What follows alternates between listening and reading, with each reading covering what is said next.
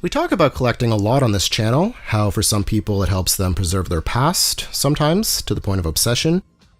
For the most part, these have been tangible items that people collect, stuff from their childhood, physical media.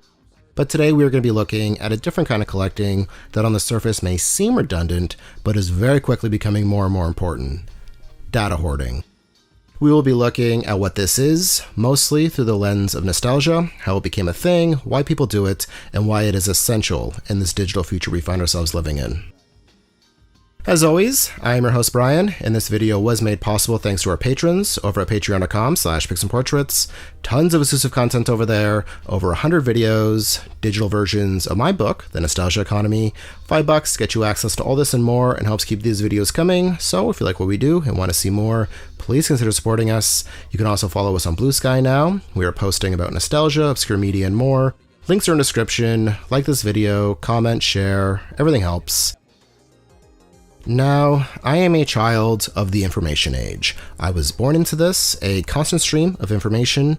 Information doesn't just mean info, knowledge, and facts, quite the opposite in some ways. We are talking audio information, visual information, sounds, symbols, images that our brains have to process and find meaning in, patterns, associations, understanding. It's easy to become overloaded or overwhelmed with the amount of information we process every day, just existing, not to mention the amount of information available to us should we seek it out. Where it used to be, we'd have to go to a library and be limited to whatever information they had physically. Today, you can access the entirety of human history with the click of a button. For much of my life, basically anything I could ever want to consume, I could very easily. With the internet and information media becoming digitized, content is way more accessible than it has been before. A real turning point for this was the rise of peer-to-peer file sharing networks around the turn of the millennium. Apps like Napster, Kazaa allowed users to share digital copies of their music collection with each other. It started with music, but soon sharing software and video was possible. Information, movies, episodes of TV shows, CD and later DVD authoring programs made it so that you could create your own media mixes, information stored on optical media, CDRs, DVDRs, RWs. As technology advanced, internet speeds increased, and service became more widespread. Huge amounts of information could easily be transferred between people, BitTorrent, entire runs of TV shows, complete discographies for bands, director filmographies, every game for every system could be obtained in a matter of minutes. This coincided with storage devices becoming bigger and more affordable. For less than $100, you can get a terabyte hard drive, which not long ago was an astronomical amount, but for some people, it's still not enough. Just like we've seen in other forms of collecting, it's a slippery slope. People can become obsessed with hoarding information, tying it to nostalgia, having something once thought lost. Think an obscure one-season show or something that was never released in your region, something you heard about or read about but couldn't experience. It's yours now, you have it. We've been living in a very interesting time. So much is available from our past that was meant to stay there, obviously in content. I'm talking commercials or full-blown TV broadcasts. And this is the example I always default to because it's my favorite. I know some people don't like things being branded as content, but to differentiate from the medium, content, meaning in this case shows, have been made available, but watching in their original context, television, I see a lot of value in. A terabyte doesn't go very far when you're collecting 6-hour recordings of multiple TV channels. Some would question, do you really need 500 gigabytes of Cartoon Network broadcasts from 2002? Yes, I say this all the time, but nothing is forever. Sure, much of this is available streaming, even here on YouTube, but many take for granted that access to this information is not permanent. Even if you think there is no way it could ever disappear, it can. We saw it last year with the attack on the Internet Archive. Luckily, it was backed up by data hoarders. Thank you. But there is a very real, concerted effort to limit your access to information.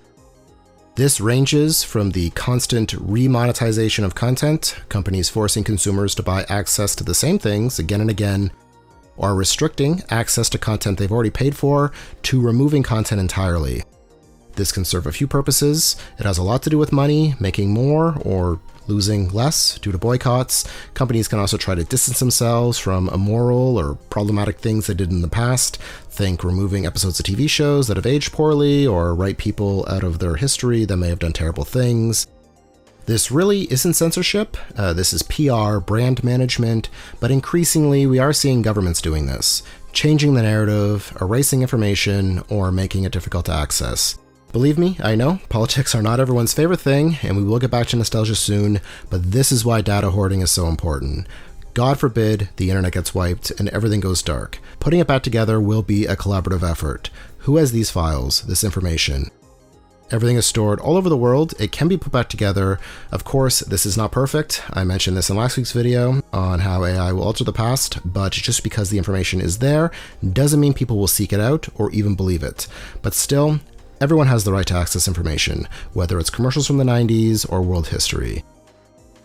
It's easy to forget, but when your right to information from the past is being challenged, remembering is resistance.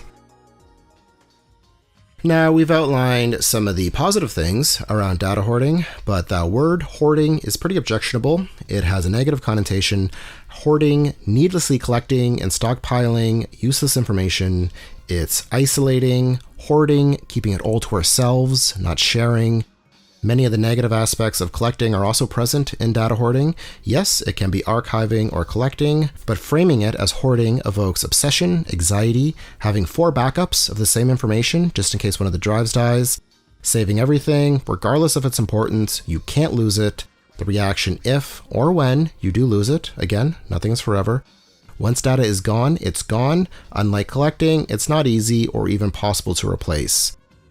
Consider personal photos. We have all made a digital footprint of our experiences. It's possible some of you watching have always existed online your entire lives from birth until right now. So much of our experience gets tied to social platforms. We don't back them up because they're on the app or in the cloud, but at any point we could lose access to them. Our experience and memories can be lost. They can be deleted. What do you want to preserve? Let me know in the comments. If you enjoyed this video, give us a thumbs up, subscribe, share, and again, if you had the means, please consider supporting us on Patreon.